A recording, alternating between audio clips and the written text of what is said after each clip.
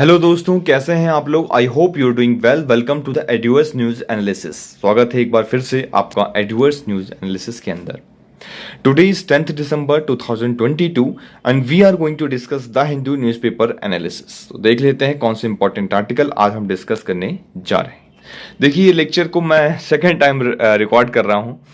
थोड़ा सा technical glitch आ गया था, जिसकी वजह से ये लेक्चर जो है नहीं बन पाया। तो थोड़ा सा लेट भी हो जाएगा, है ना। आप लोगों को थोड़ा सा लेट मिलेगा लेक्चर, बट डोंट वरी, हम उसी पेशेंस से इसको फिर से रिकॉर्डिंग स्टार्ट कर चुके हैं।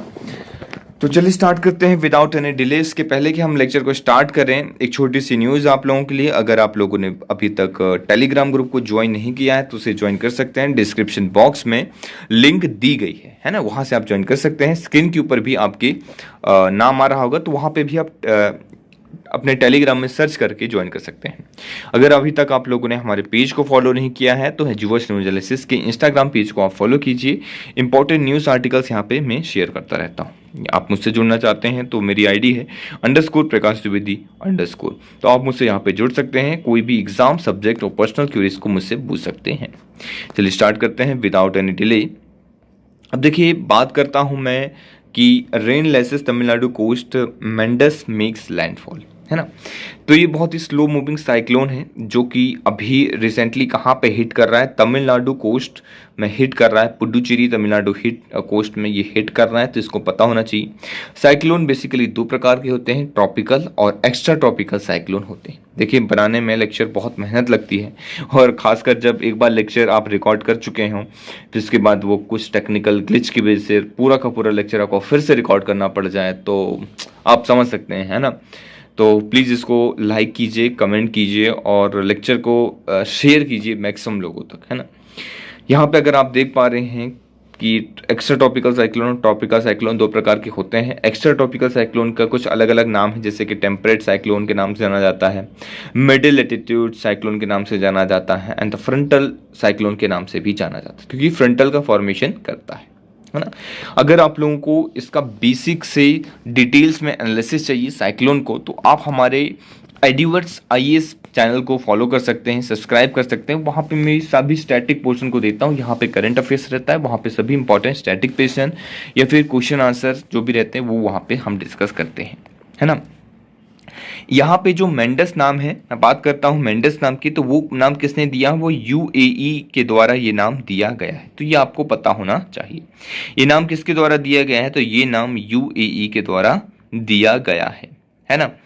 ये रोटेशनल बेसिस पे होता है। 5-5 नाम सभी कंट्री जो हैं देते हैं, सजेस्ट करते हैं। उन 5 नामों में से जैसे साइक्लोन आता है तो उसमें एक नाम WMO पिक करता है, वर्ल्ड मेट्रोलॉजिकल ऑर्गेनाइजेशन, और वही नाम उसको मिल जाता है। क्लियर। कुछ क्वेश्चन देख लेते हैं, आप लोगों के सामने है। साउथ अटलांटिक यूपीएससी का प्री का क्वेश्चन है और ये मेंस का क्वेश्चन है। In the south Atlantic and south eastern Pacific region tropical latitude does not originate.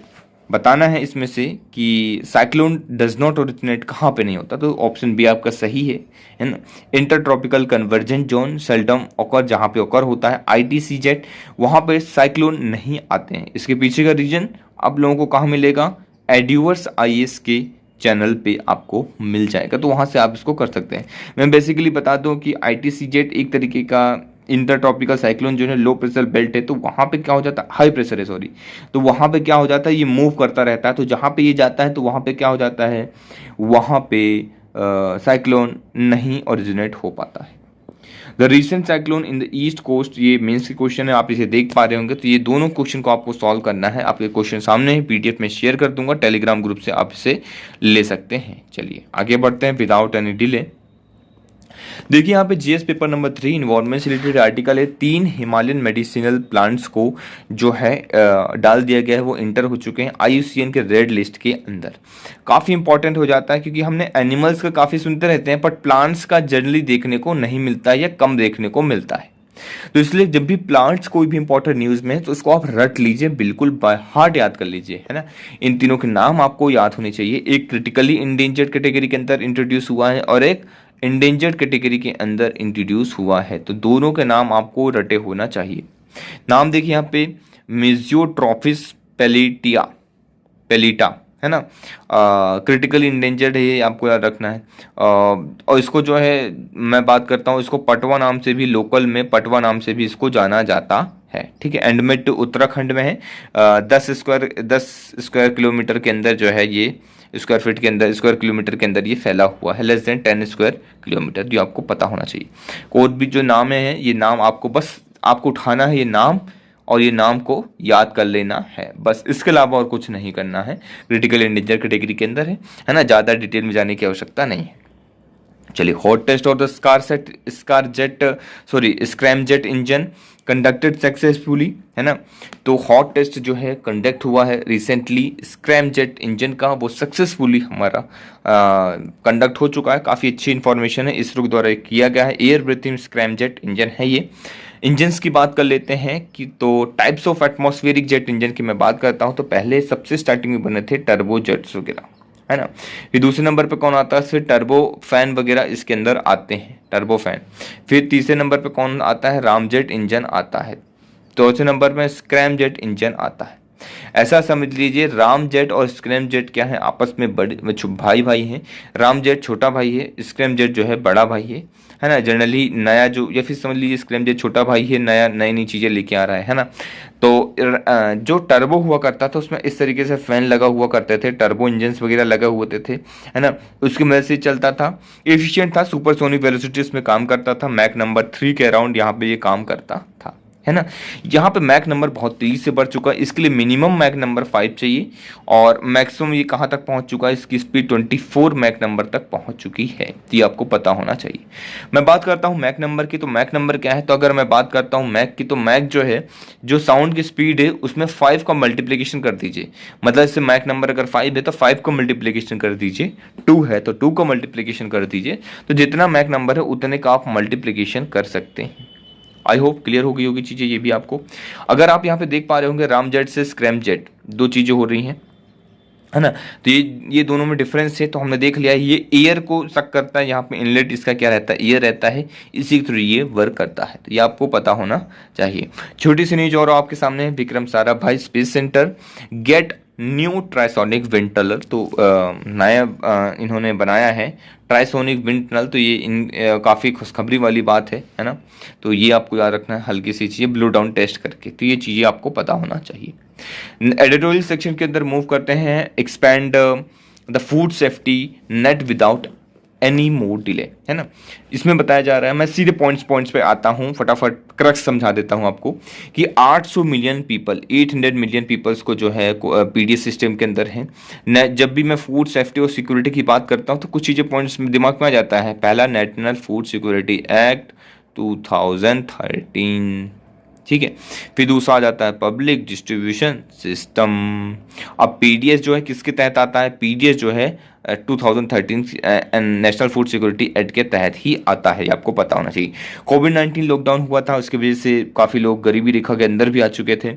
जहाँ पे पहले 5 किलो पर हर पर्सन को दिया जाता था, अब 5 किलो से बढ़ा के कितना कर दिया है, 10 kg कर दिया है पर पर्सन पर मंथ कर दिया था कोविड-19 के टाइम पे, तो आपको पता होना चाहिए। कुछ लोग इंक्लूजन की बात करते हैं, पॉपुलेशन इंक्रीज हो चुकी है, तो हम पॉपुलेशन, इसका क्रिटिसिज्म मैं बता रहा हूं। तो हम क्रिटिसिज्म ये क्या ले रहे हैं, हम ले रहे हैं 2011 का सेंसस का डेटा यूज कर रहे हैं। 2021 में सेंसस होना था, बट उसे ड्यू टू द कोविड-19 की वजह से कुछ समय के लिए, इंडेफिनेट पीरियड के लिए उसे इंक्रीज कर दिया गया है ना। कब होगा, डिले कर दिया गया, ऐसा समझ लीजिए आप, है ना। नेशनल फूड सिक्योरिटी एक्ट के सेक्शन 3 क्लॉज 2 की बात करता हूँ, पीडीएस कवरेज की बात करता है। It state that the entitlements of eligible household shall extend up to 75%, मतलब 75% अर्बन एरिया के अंदर, सॉरी रूरल एरिया के अंदर, और 50% अर्बन एरिया के अंदर कवर किया जाएगा। ये डेटा रखा गया है, ये टारगेट रखा गया है। यही इसका क्रिटिसिज्म भी बन जाता है, क्योंकि बहुत टाइम से इसको रिवाइज नहीं किया है। तो यहाँ पे अगर आप देख पा रहे होंगे, तो नीति आयोग ने क्या बोला, नीति आयोग ने इसको रिवाइज करने की बात की है, कि इसे रिवाइज करना चाहिए, क्योंकि पॉपुलेशन बढ़ी है, लोगों का standard of living of the people would improve over the period of time, the coverage may be reduced, तो कवरेज को रिड्यूस किया जा सकता है। ये आपको पॉइंट याद रखना है। कुछ सॉल्यूशन देते हैं कि यार सेंसस अगर पॉपुलेशन बढ़ रही है तो उसमें क्या वर्क करना चाहिए। तो एक ध्यान से देखिए, यहाँ पे एक पॉइंट दिया गया है कि ये आपको सॉल्यूशन लिखना है ना। The population projection, official population projection for 2021 are available for the registrar general of India के द्वारा ऑफिशियल प्रोजेक्शन यहाँ पे है पॉपुलेशन का कितना होना चाहिए 2021 का, तो इसको यूज किया जा सकता है। देखिए क्या होता है कि जैसे 2011 का हमने डेटा देखा, वहाँ की पॉपुलेशन देखी, फिर हम देख लेते हैं फर्टिलिटी रेट क्या है, क्या इस कितनी ग्रोथ है पॉपुलेशन में, उसके बेसिस में हम कैलकुलेशन करते हैं। कुछ कैलकुलेशन की मदद से हम एक अंदाजा लगा सकते हैं कि 2021 के अंदर क्या पॉपुलेशन है, तो उस डेटा को यूज किया जा सकता है। इस आर्टिकल के अंदर उस चीज को बताया जा रहा है। क्लियर? इस पूरे आर्टिकल को हमने डिटेल में डिस्कस कर लिया। क्रक्स जो भी इंपॉर्टेंट पॉइंट्स है मैं डायरेक्टली पॉइंट्स आप लोगों से डिस्कस कर लिया है ना। ऐसा नहीं है कि हम डिटेल्स में पढ़ने जा रहे हैं और बस टाइम मैं वेस्ट करूँ, है ना। तो एक शॉर्ट एंड स्वीट होना चाहिए। चलिए नेक्स्ट मूव करते हैं G20 की। तो G20 वैसे मैं आपको बता चुका हूँ, पढ़ा चुका हूँ, है ना, कई बार बता चुका हूँ। अगर आप लोगों ने लेक्चर नहीं देखा है तो कल के लेक्चर में G20 के बारे में डिस्कशन हुआ है, तो आपको लोगों को जाना है और G20 के उस पार्ट्स को जरूर देखना है। मैं कमेंट सेक्शन में पिन कर दूंगा टाइम के साथ, तो आपको जाना है वहां पे और G20 को पढ़ लेना है। साथ ही साथ अगर आप चाहते हैं तो मैं क्या करूंगा, अलग से इसको कट करके एक लेक्चर लेके आऊंगा जो मैं पोस्ट करूंगा हमारे नए चैनल, जो हमारा नए या कह लीजिए पुराने चैनल एड्यूवर्स IES के अंदर। तो उसको आपको याद रखना है, एड्यूवर्स IES के नाम से चैनल है। तो यहाँ पे हम जो है पोस्ट करेंगे उसको, स्टैटिक पोर्शन को। तो उसको आप यहाँ पे क्या है, यहाँ पे इस आर्टिकल के अंदर कुछ एक्स्ट्रा पॉइंट्स है उसे हम देख लेते हैं। उस आर्टिकल के अंदर ये क्या क्या बोला गया है। इस आर्टिकल के अंदर बोला गया है कि सर कुछ ऐसी बात है कि UNSC जो है अल्टरनेटिव, UNSC का जो अल्टरनेटिव है वो G20 को बनाया जा सकता है इन नियर फ्यूचर। तो अभी क्योंकि हमारे पास प्रेसिडेंसी है तो हमें वक्त है हमारे कर्तव्य दिखाने का कि हम इस प्रेसिडेंसी के थ्रू कितनी चीज़ों को सामने, कितने मुद्दों को सामने रख सकते हैं, उसके ऊपर सॉल्यूशन ला सकते हैं। ये जो G20 का समिट है वो सिर्फ उस बात का समिट नहीं है, आपको समझना है। ये समिट सिर्फ इस चीज़ का नहीं है कि सिर्फ रशिया यूक्रेन के वॉर के बारे में बात किया जाए। यहाँ पे और भी चीज़ें, और भी मुद्दे हैं जो ग्लोबल इशू हैं, उसके ऊपर सॉल्यूशन लेके आया जा सकता है। जैसे कि क्लाइमेट चेंज, जैसे कि पैंडमिक, जैसे कि रशिया यूक्रेन बार ही, और जैसे कि और भी बहुत सारी चीज़ें जैसे कि पॉवर्टी वगैरह, एलिवेशन प्रोग्राम, इस तरीके से वेरियस इंपॉर्टेंट चीज़ें हैं जिन्हें हम सेटल डाउन किया जा सकता है ना। तो ये बताया जा रहा है क्योंकि हमें G20 के क्या कहते हैं, UNSC के अंदर हमें परमानेंट सीट तो मिली नहीं है, तो हम इसी को टूल बना के इसका यूज कर सकते हैं UNSC के अंदर। तो ये आपको पता होना चाहिए। क्लियर? चलिए, इस पूरे आर्टिकल के अंदर यही चीज़ बताई गई है। मैं आपको लिंक शेयर कर दूंगा, तो वहां से जाके आपको देख लेना है। चलिए फटाक से मूव करते हैं। Rain lashes Tamil Nadu less to cyclone make landfall, अभी हमने ये देखा था, है ना। अब इसमें एक बार फिर से आप नजर मारिए कि कहाँ से साइक्लोन आ रहा है। 6 दिसंबर को यहाँ पे था, ये धीरे धीरे आता है। तो अर्ली वार्निंग सिस्टम हो जाती है कि भाई साइक्लोन आने वाला है, पता चल जाता है। इंटर मेट्रोलॉजिकल ऑर्गेनाइजेशन और वर्ल्ड मेट्रोलॉजिकल ऑर्गेनाइजेशन जो है साथ में मिलकर यहाँ पे बता देते हैं, है ना। फिर ये आता है, जो पुडुचेरी है, ये चेन्नई है, आप लोगों के सामने दिख रहा होगा पुडुचेरी, ये पुडुचेरी है और ये क्या है, चेन्नई है ना। दोनों के बीच से साइक्लोन मूव करता हो जाता है, दोनों को हिट करता है ना। 12 बजे तक और 10 दिसंबर तो ये यहाँ पहुँच जाता है ना। ये चेन्नई कोस्ट है, ये पुडुचेरी कोस्ट है, ये पता होना चाहिए। तमिलनाडु है, ये भी आपको पता होना चाहिए। ठीक है, श्रीलंका है। ठीक है, तो ये छोटी छोटी इंफॉर्मेशन है, तो ये चीज़ें आपको याद होनी चाहिए। यहाँ पे कुछ 2 बिल की बात की गई है। जैसे ही इस बिल को डिटेल में आएगा, ये एक्ट बनेगा, तो हम इसके ऊपर डिटेल में डिस्कशन करेंगे। देखिए, centre introduce bill of modify ST, यहाँ पे बात किया अर्जुन मुंडा जी जो हैं union minister of tribal affairs की मिनिस्टर हैं। तो इसलिए ये क्या करते हैं, प्रपोज करते हैं, बोलते हैं कि all part of the same tribe, ये जो सभी लोग हैं ये सेम ट्राइब हैं, लेकिन इनको प्रोनाउंसिएशन अलग अलग है, स्पेलिंग अलग है, स्पेल अलग है, इसलिए इसको अलग कैटेगरी में रखा गया है, जो कि गलत है। इसे एक ही जगह पे लेके आने की आवश्यकता है। तो इनका ये चीज प्रपोजल है। ये दोनों जो है, ये दोनों के नाम आप एक बार रीड कर लीजिए, है ना। हिल ट्राइब्स हैं यहाँ पे, नरी कोराबन, नारी कोरावन ऐसा कुछ नाम है ये पहला वाला, और कुरुविकरन, ये दोनों हिल ट्राइब्स हैं। इन हिल ट्राइब्स के नाम आपको याद रखना है ना। इनके नाम आप एक बार पढ़ लीजिए अच्छे से, तो आपको याद हो जाएगा। चलिए नेक्स्ट जो है, जैसे कि मैंने बात की थी कि वुमेंस की, तो वुमेंस के अंदर मैं बात करता हूँ मुस्लिम वुमेन्स के अंदर, उनकी जो पर्सनल लॉज है वहाँ पे उनकी मिनिमम जो शादी की एज है वो 15 ईयर्स है, लेकिन उसे बढ़ा के 18 या 21 कर जाने की आवश्यकता है ना। ऐसा इस लॉ के अंदर, इस बिल के अंदर बताया जा रहा है। जैसे ही लॉ बनता है, एक्ट बनता है, तो इसके ऊपर जो भी चीज़ें होंगी वो हम देखेंगे, है ना। चलिए फिर ये तो इम्पोर्टेंट नहीं, इसको आप छोड़ दीजिए। इसे याद रख सकते हैं, पेरू की नई महिला प्रेसिडेंट डीना। तो डीना जो है, यहाँ पे डीना की फोटो सामने है। डीना जो है पेरू की नई महिला प्रेसिडेंट है। ये पेरू कहाँ है? ये साउथ अमेरिका का पार्ट है, पेरू है ना। इसके अंदर आप देख पा रहे हैं कि ये एंडीज माउंटेन है। अब मैं और जूम थोड़ा सा कर देता हूँ, ये देखिए ये एंडीज माउंटेन है, ठीक है।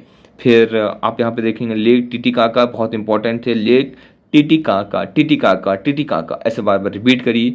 मैड्री डी डियोस रिवर, ये आपको याद रखना है। ये रिवर जो है मूव करके आ रही, पेरू के अंदर फ्लो करती है ना, यहाँ से जा रही है।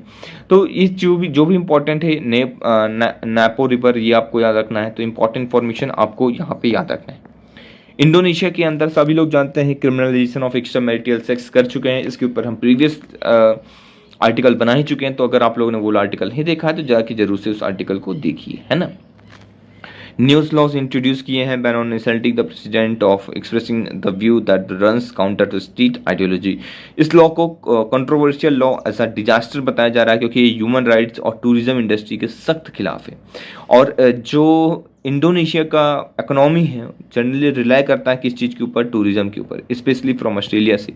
तो वहाँ से तो क्या होता है, लिव इन रिलेशनशिप आजकल काफ़ी ज़्यादा चल रहा है ना। और जनरली आते हैं कपल्स, अनमेरिड कपल जो हैं काफ़ी समय तक घूमते हैं, है ना, थोड़ा छुट्टियाँ वुट्टियाँ मनाते हैं, ये सारी चीज़ें करते हैं। तो वो नहीं आ सकते हैं साथ में, वो नहीं रह सकते हैं, वो ना सेक्स कर सकते, ये सारी चीज़ें नहीं कर सकते। अगर किया तो उन्हें सज़ा हो जाएगी।